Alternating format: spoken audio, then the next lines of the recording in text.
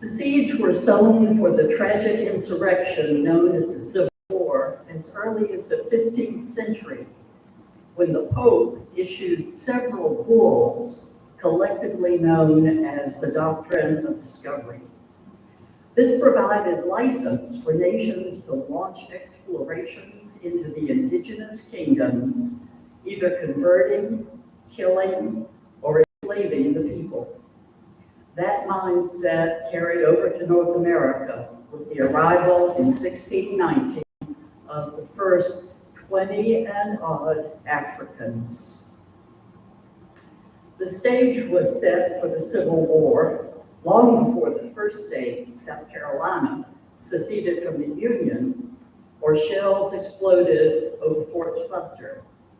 Churches in the South sounded the bellwether for the dissolution of the Union. Congregations in Boyd's Creek Valley had enjoyed mixed assemblies since their formation. Enslavers took those in bondage with them when they attended worship. Some of these people of African descent sat in the back of the sanctuary, while others congregated outside and had their own form of worship. Among those attending Boyd's Creek Baptist Church, Trundle's Methodist Church, and Eusebius Presbyterian were also free blacks.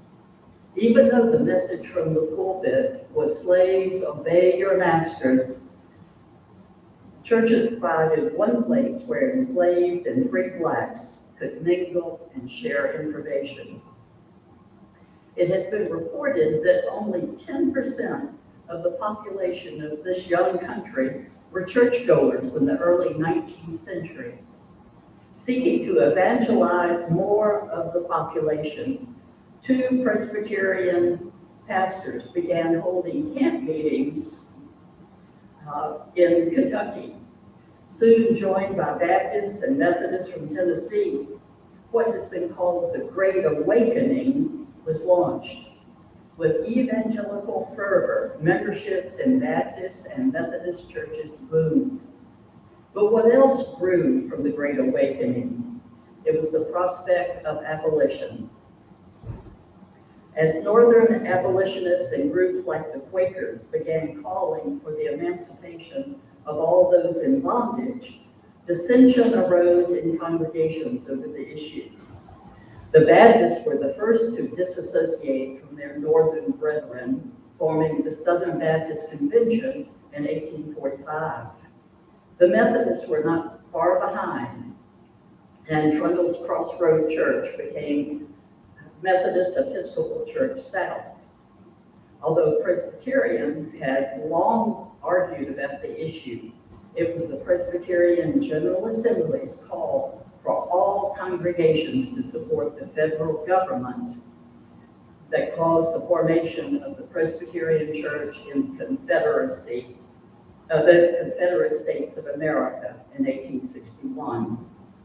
Eusebius Church, attended by many in the Boyd's Creek Valley, remained with the Presbyterian Church in the USA Youth School.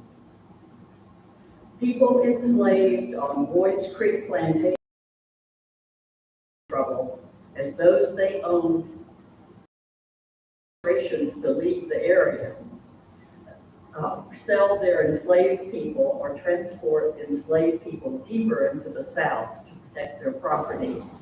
The dreaded words, sell you down the river or put you in my pocket, meant a wrenching separation from family and a future, often very short, laboring on the cotton and sugar plantations in the Deep South. Like Methodist Bishop Andrew, Jerry Wade of Trundle's Crossroads held enslaved people that his wife had inherited from her father, Daniel L. Trundle. As with many others who were conflicted about the practice, Wade said in his later years, I knew that slavery was not right. To avoid being conscripted by the Confederate Army, Wade slipped off during the night and joined the Union Army in Kentucky. When slave traders roamed the countryside, Margaret Wade replied to the pleas of those she held in bondage that she would never. Must have been a relief to her and certainly to them when she was finally able to tell them that they were free and could work for her if they chose for a wage. Meanwhile, in Boyd's Creek, farming in the 1850s were a prosperous time. Farming was going smoothly. There were two plantations, the Woodlands and the Raspberry plantation. They were blooming, and new houses were being built. Among others, E.D. Rabson built Glen Villas, here. His brother, Thomas, built a house for himself, what is now called the Sidecar Inn. And Adam Harvey Keener built his house at Trumbull's Crossroads, and there were others. Nevertheless, tensions were rising, not all about slavery either. Locally, there weren't many enslaved people here compared to other parts of Tennessee and the South. Even some slaveholders all were staying in the Union. There was a strong tradition here of pride in a unified America that had been fought for by ancestors in this area. They had fought and shed blood to create, during the Revolution, to create a unified nation.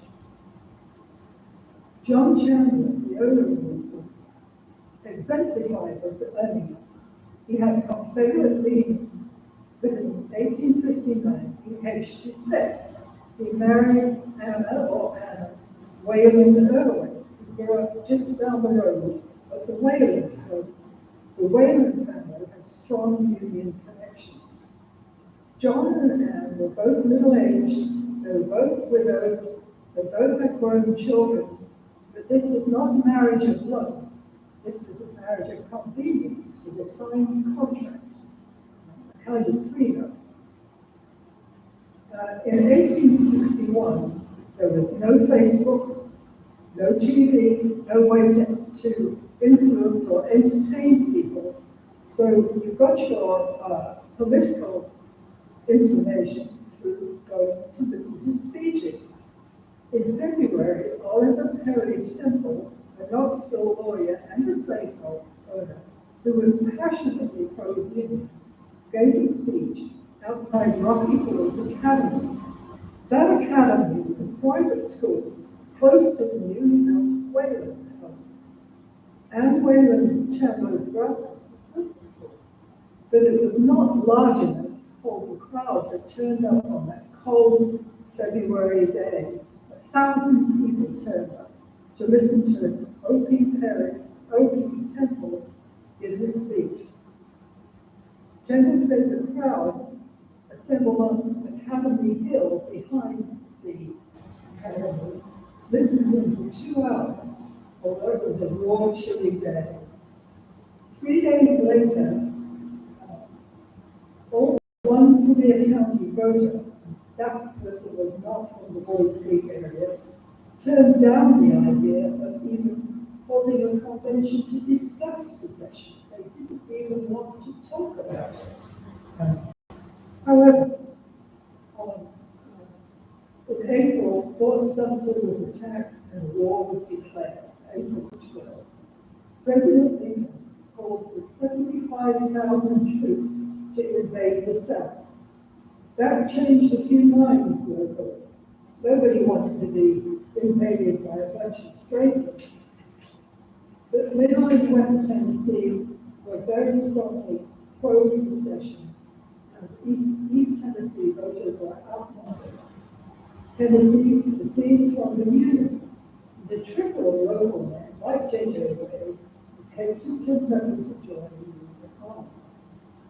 There are others, like 2 sons of Jonathan Johnson, joined the Home Guard, which was a Union outfit just to keep an eye locally. They were captured by Confederate forces. One brother managed to escape, the other, James Cooley Johnson, persuaded his captors to let him go home, changed his shirt. And once he was home, he slipped out the back window and headed for the hills. The next few months, Confederates were fairly near Indians in hopes they would switch sides. In November 1861, that all changed. Let's leave the Boys Creek Valley for a moment and move to the coast of Virginia. Fort Monroe is situated near Point Comfort, where the first enslaved Africans were brought in 1619. While that arrival signaled centuries of pain for many, Fort Monroe proved a beacon of freedom for some.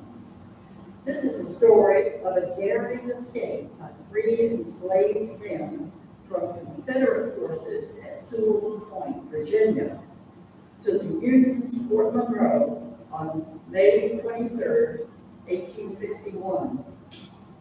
The men had been forced by their owner, a Confederate colonel, to help build weapons for the rebel army. They were also facing deportation to North Carolina to shore up the Confederate defenses